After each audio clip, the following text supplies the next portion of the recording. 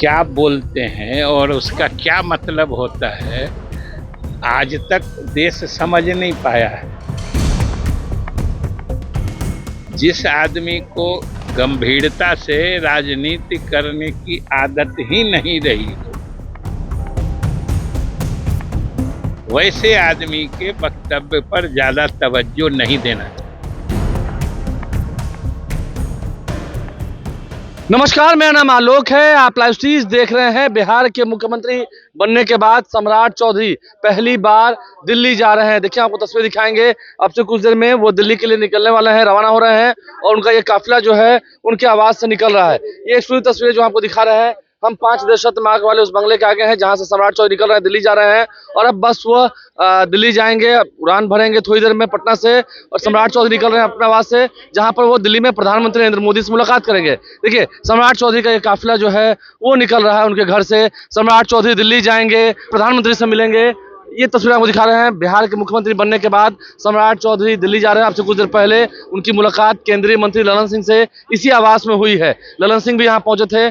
और क्योंकि एनडीए की सरकार है, बिहार में एनडीए की सरकार बनने के बाद सम्राट चौधरी दिल्ली के लिए रवाना हुए हैं। पहली बार वह प्रधानमंत्री नरेंद्र मोदी से मिलेंगे, बीजेपी के वरिष्ठ नेताओं से भी दिल्ली में मुलाकात होगी।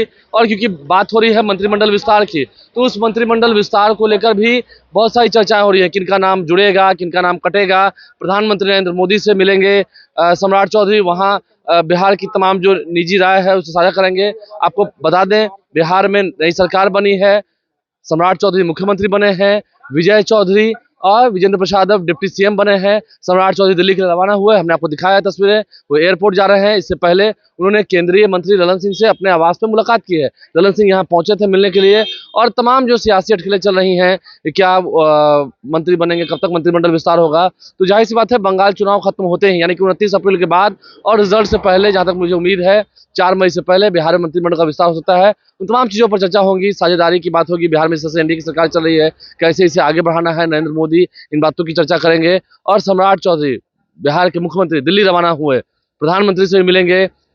कई सारी बातें उन्होंने कही हैं। बिहार में नरेंद्र मोदी की नीति पर काम होगी, बिहार में नरेंद्र मोदी के नीतियों पर काम आगे होना है, होता रहा है। और नीतीश कुमार की नीतियां भी सम्राट चौधरी के इस मॉडल में है, सम्राट चौधरी के काम में है, शामिल है। आपको बता दें, विपक्ष नेता राहुल गांधी ने भी एक तरफ जहां कहा है कि बिहार के मुख्यमंत्री नीतीश कुमार ने कंप्रोमाइज कर लिया, कंप्रोमाइज होने के बाद बीजेपी ने अपना सीएम बना दिया। अब इसके बाद ही प्रतिक्रियाओं का दौर जारी है। विजय चौधरी जो कि बिहार के डिप्टी सीएम है, वो क्या कर रहे थे आपको सुनाते हैं। राहुल गांधी जी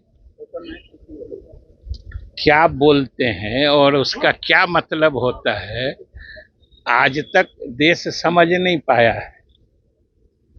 जिस आदमी को महिला आरक्षण से इतनी नफरत हो, जो आदमी सरकार और राष्ट्र इसका फर्क नहीं समझता हो, जिस आदमी को गंभीरता से राजनीति करने की आदत ही नहीं रही हो, न संसद के भवन के अंदर की जो मर्यादा जानता हो, उसकी बातों को किसी को गंभीरता से लेना ही नहीं चाहिए। और सबसे अधिक आप लोगों को, मीडिया को भी वैसे आदमी के वक्तव्य पर ज्यादा तवज्जो नहीं देना चाहिए। जो बैठक हुई उसमें क्या मुख्यमंत्री जी ऑथराइज हुए बैठक में, तो जो हुआ तो सबको बता ही दिया।